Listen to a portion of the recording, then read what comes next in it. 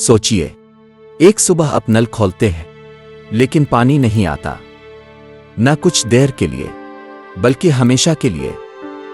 زمین کے نیچے موجود پانی کو سائنس میں زیر زمین پانی کہا جاتا ہے۔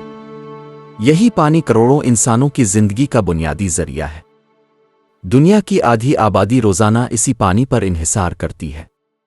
لیکن سوال یہ ہے، اگر یہ پانی ختم ہو جائے تو کیا ہوگا؟ ہم پانی زمین سے جتنی تیزی سے نکال رہے ہیں، زمین اتنی تیزی سے اسے دوبارہ بھر نہیں پا رہی۔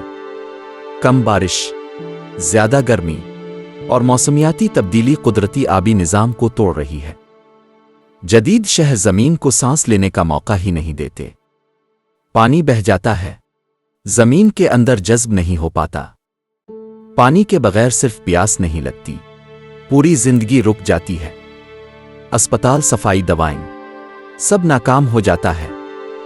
دنیا کا 70% میٹھا پانی صرف زراعت میں استعمال ہوتا ہے۔ جب پانی ختم ہوتا ہے تو خوراک بھی ختم ہو جاتی ہے۔